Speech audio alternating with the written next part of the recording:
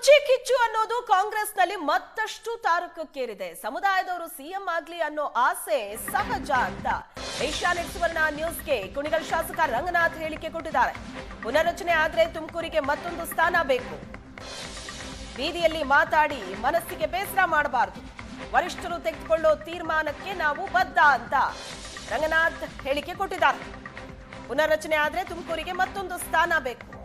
ಬೀದಿಯಲ್ಲಿ ಮಾತಾಡಿ ಮನಸ್ಸಿಗೆ ಬೇಸರ ಮಾಡಬಾರದು. ರಂಗನಾಥ್ ಅವರ ಮಾತಿದೆ.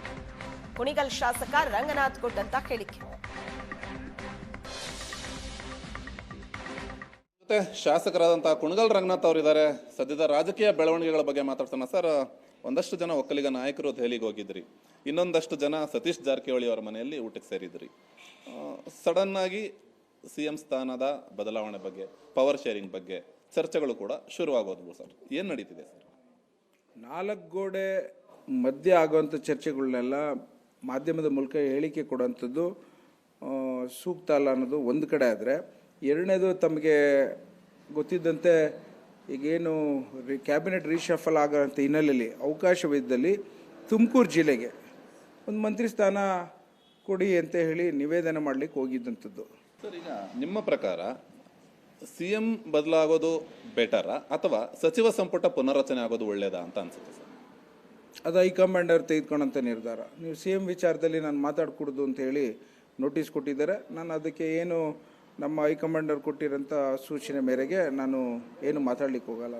ಯಾಕೆ ಅಂತಂದ್ರೆ DK ಸುರೇಶ್ ಅವರು ಸಡನ್ ಆಗಿ ಒಂದು ಮಾತು ಹೇಳ್ತಾರೆ, ಸಿದ್ದರಾಮಯ್ಯನವರು ಕೊಟ್ಟ ಮಾತನ್ನ ಉಳಿಸ್ಕೊಳ್ತಾರೆ ಅನ್ನುವಂಥ ನಂಬಿಕೆ ಇದೆ. 2.5 ವರ್ಷ ಆದಂಥ ಸಂದರ್ಭದಲ್ಲಿ ಅವರು ಈ ಮಾತನ್ನ ಹೇಳಿದ್ದು ಇದೆಲ್ಲ ಬೆಳವಣಿಗೆಗಳಿಗೆ ಕಾರಣ ಆಯಿತು ಅಂತ. ಅಂದ್ರೆ 2.5 ವರ್ಷ ಆದ್ಮೇಲೆ ಸಿಎಂ ಸ್ಥಾನ ಬದಲಾಗಬೇಕು, ಪವರ್ ಶೇರಿಂಗ್ ಆಗಬೇಕು ಅನ್ನೋಂಥ ಮಾತುಕತೆ ಆಗಿತ್ತಾ ಅಂತ. ಅದು ಈ ವಿಚಾರಗಳೆಲ್ಲ ನಾವು ಬೀದಿಲಿ ಮಾತಾಡಿಕೊಂಡು ನಮ್ಮ ಪಾರ್ಟಿಗೆ ಯಾವುದೇ ಕಾರಣಕ್ಕೂ ಜನರ ಸಾಮಾನ್ಯರಿಗೆ ಮನಸ್ಸಿಗೆ ಇಲ್ಲಿ ಬೇಸರ ಮಾಡಿಕೊಡ್ದು. ಅದೇನಿದ್ರು 4 ಗೋಡೆ ಮಧ್ಯೆ ಆಗುವಂಥ ವಿಚಾರಗಳು. ಸೊ ಹಾಗಾಗಿ ನಾನು ಅದ್ರ ಬಗ್ಗೆ ನಾನು ಕಾಮೆಂಟ್ ಮಾಡೋಕೆ ಹೋಗೋದಿಲ್ಲ. ನಾನು DK ಶಿವಕುಮಾರ್ ಸಿಎಂ ಆಗ್ತಾರೆ ಅನ್ನೋವಂಥದ್ದು ಏನಾದರೂ ಇದೆಯಾ ಸರ್? ಒಂದೊಂದು ಸಮುದಾಯದವರು ಅವರ ಸಮುದಾಯದಲ್ಲಿ ಮುಖ್ಯಮಂತ್ರಿ ಆಗಲಿ ಅಂತ ಆಸೆ ಪಡೋದ್ರಲ್ಲಿ ತಪ್ಪೇನಿಲ್ಲ. ಸೊ ಅದ್ರ ಬಗ್ಗೆ ಡಿಸಿಷನ್ಸ್ ಆಗಬೇಕಾಗಿರೋದು ಕಾಂಗ್ರೆಸ್ ಪಾರ್ಟಿಲಿ. ಅದು ವರಿಷ್ಠರು ತೆಗೆದುಕೊಂಡಂಥ ನಿರ್ಧಾರ. ಅದಕ್ಕೆ ನಾವು ಮೂಗು ತೂರಿಸ್ಕೊಂಡು ಎಲ್ಲೋ ಒಂದು ಕಡೆ ಗೊಂದಲ ಮಾಡೋಂಥ ಒಂದು ಜವಾಬ್ದಾರಿತನದಲ್ಲಿ ಇದ್ಕೊಂಡು ಮಾಡಿಕೂಡ್ದು. ಸೊ ಹಾಗಾಗಿ 4 ಗೋಡೆ ಆಗೋಂಥ ಮಾತುಗಳಿಗೆಲ್ಲ ನಾನು ಮಾತನಾಡಿ ನನ್ನ ಪಾರ್ಟಿಗೆ ಧಕ್ಕೆ ತರಕ್ಕೆ ನಾನು ರೆಡಿ ಇಲ್ಲ.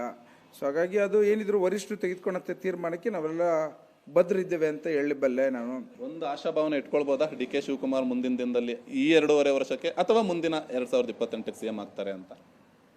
ನಾನು ಅದನ್ನೇ ಕೇಳ್ತಾ ಇದ್ದೀರಿ. ಅದ್ರ ಬಗ್ಗೆ ನಾನು ಕಾಮೆಂಟ್ ಮಾಡಲ್ಲ. 2028ಕ್ಕೆ ಮತ್ತೊಮ್ಮೆ ಕಾಂಗ್ರೆಸ್ ಅಧಿಕಾರಕ್ಕೆ ಬರುತ್ತೆ ಅನ್ನೋದನ್ನ ಆಶಾಭಾವನೆಯಲ್ಲಿ ಹೇಳಬಲ್ಲೆ ಬಲವಾಗಿ. ಕುಣಿಗಲ್ ರಂಗನಾಥ್ ಅವರು ಸಚಿವರು ಆಗ್ತಾರಾ ಸರ್?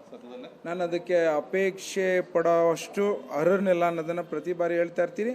ನನ್ಗೇನು ಜವಾಬ್ದಾರಿ ಕೊಟ್ಟಿದ್ರು ಅಷ್ಟು ಮಾತ್ರ ಸೀಮಿತ ಅಂತ ಹೇಳಲಿಕ್ಕೆ ಇಚ್ಛೆ ಪಡ್ತೇನೆ ನಾನು. Thank you sir. ಇದಿಷ್ಟು ಕೂಡ ಕುಣಿಗಲ್ ರಂಗನಾಥ್ ಅವರ ಮಾತು. ಕ್ಯಾಮ್ರಾ ಪರ್ಸನ್ ದೀಪಕ್ ಜೊತೆ ಸುರೇಶ್, ಏಷ್ಯಾನೆಟ್ ಸುವರ್ಣ ನ್ಯೂಸ್, ಬೆಂಗಳೂರು.